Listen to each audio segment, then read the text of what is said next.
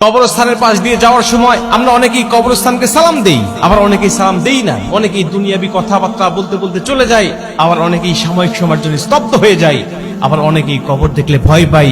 কিন্তু অধিকাংশ মানুষ কবরকে যেভাবে ভয় পাওয়ার কথা আমরা সেভাবে ভয় পাই না। অনেক মানুষ আছে কবরস্থানকে ভয় পায় এই জন্য যে কবরের মধ্যে জিনরা থাকে, কবরের মধ্যে ভূত থাকে, কবরের মধ্যে অন্য কিছু থাকে। এই চিন্তা চেতনায় তারা কবরস্থানকে ভয় পায়। কিন্তু ভয় পাওয়া উচিত এটা মনে করে যে এই কবরস্থানে আমার ভাই আছে, এই কবরস্থানে আমার দাদা আছে, এই কবরস্থানে আমার অনেক আত্মীয় স্বজন ঘুমিয়ে আছে, যারা আমাদের সাথে উঠা বসা করতো, আমাদের সাথে চলাচল করতো। আজকে আমি দিব্যি এই রাস্তা দিয়ে চলাচল করছি, কিন্তু তারা এই কবরস্থানে শুয়ে আছে। একদিন আমার মতো অনেকেই এই রাস্তা দিয়ে ঘুরে বেড়াবে, কিন্তু আমি তাদের মতো এই কবরস্থানে শুয়ে থাকবো।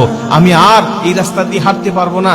এই ভয়, এই চিন্তা আর টেন্ডেন্সি ভিতরে যদি নিয়ে আসতে পারেন, তবে আপনি সফল ব্যক্তি। কারণ নবীজি সাল্লাল্লাহু আলাইহি ওয়াসাল্লাম বলেন, তোমরা কবরস্থানকে বেশি বেশি জিয়ারত করো। কেন? ওখানে গেলে তোমাদের কবরের কথা স্মরণ হবে। তোমার মনে হবে যে এই কবরস্থানে যারা ঘুমিয়ে আছে, এই কবরস্থানে যারা শুয়ে আছে, তাদের দলভুক্ত অচিরেই আমি হব।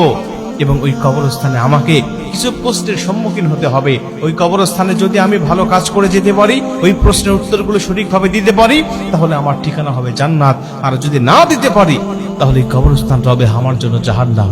এই চিন্তা, এই ভয়টা যদি নিয়ে আসতে পারেন, তাহলেই আপনি সফল ব্যক্তি। কবরস্থানে গেলে আপনাকে প্রশ্ন করা হবে, কমপক্ষে 3টা প্রশ্ন করা হবে। এটা মুখস্থ করে গেলে আপনি সেখানে উত্তর দিতে পারবেন তা নয়, বরং আপনার আমল দিয়েই উত্তরটা সেখানে দিতে হবে। আপনার আমল যদি ভালো থাকে, রবের প্রতি যদি আপনার অগাধ বিশ্বাস আর আস্থার ভালোবাসা থাকে, আপনি রবকে এই প্রশ্নের উত্তরটা সেখানে দিতে পারবেন।